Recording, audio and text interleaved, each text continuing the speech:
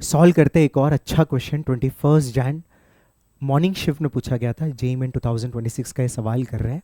ठीक है, क्या दिया यहाँ पे, हमारे पास एक अल्फा पार्टिकल है, हमारे पास एक अल्फा पार्टिकल है with energy 7.7 mega electron volt. It is bombarded on a thin gold foil, इस तरीके से। Closest distance from nucleus it can reach is. तो हम लोग ने कंसेप्ट पढ़ा है बेसिकली, क्या पढ़ा है, हमने पढ़ा है आर मिनिमम का कंसेप्ट है ना, क्लोजेस्ट डिस्टेंस ऑफ अप्रोच करके हमने टॉपिक पढ़ते हैं, तो उस पर बेस्ड है। सीधा सीधा फॉर्मूला भी लगा सकता है, कंसेप्ट समझते हैं कि ये हमारा अल्फा पार्टिकल, इनिशियली उसके पास कुछ काइनेटिक एनर्जी था, स्पीड था।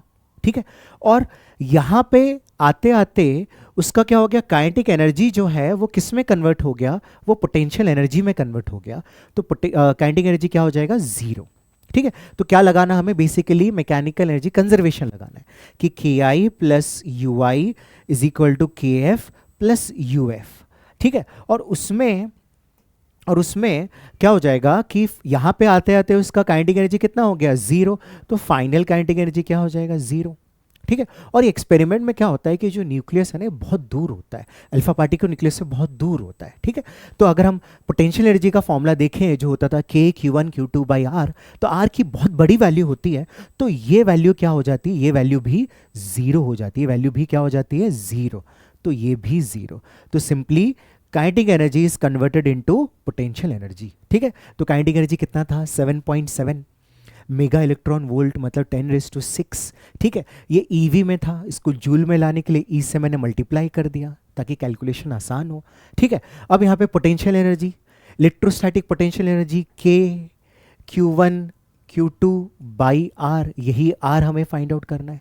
के तो आपको पता है 9 × 10⁹। Q1 अल्फा पार्टिकल क्या रहता है, दो दो प्रोटॉन्स रहता है, 2e। ठीक है, और हमारे पास ये जो गोल्ड फॉइल है यहाँ पे हमें दिया है इसका एटॉमिक नंबर, तो मतलब उसमें नंबर ऑफ प्रोटॉन्स हम क्या ले लेंगे, 79। तो 79 E is the charge Q2। ठीक है, फिर यहाँ से आप क्या देखोगे, एक E और एक E यहाँ से कैंसिल आउट करने में आसान हो गया, 9 रखा, 10⁹, 10⁶ से 10�3 बचा। ठीक है, उसके बाद हमारे पास ये 2 as it is, 79 as it is, E की वैल्यू पुट किया और ये 7.7 को नीचे लेके आया। ठीक है, अब थोड़ा सा हम फास्ट करते हैं, कैसे कैलकुलेशन, सर लेंदी क्वेश्चन है नहीं है, देखो कैलकुलेशन विदाउट सॉल्विंग करेंगे। क्या 77/10 लिखा जाए इसको। ठीक है, 10 ऊपर गया तो 10⁴ और 10⁻⁻19 लगभग लगभग कितना आ रहा है, 10⁻⁻15 में आ रहा है अभी आंसर। ठीक है, आप बोलोगे सर इसमें तो कोई भी नहीं है, वेट कर, रुक जा। 9 × 2 18। ठीक है, और एक काम करते हैं, 9 × 2 18 और ये 79 और इसको हमने 77, इसको अभी अप्रॉक्सीमेटली सेम मान के इनको हटा दिया।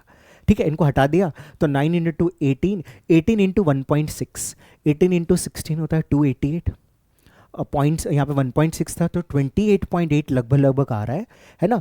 कितना कितना आ रहा है, मैंने ऐसे अप्रोक्सीमेशन किया कि 28.8 × 10⁻⁻15।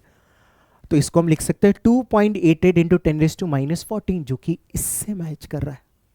ठीक है, थैंक यू।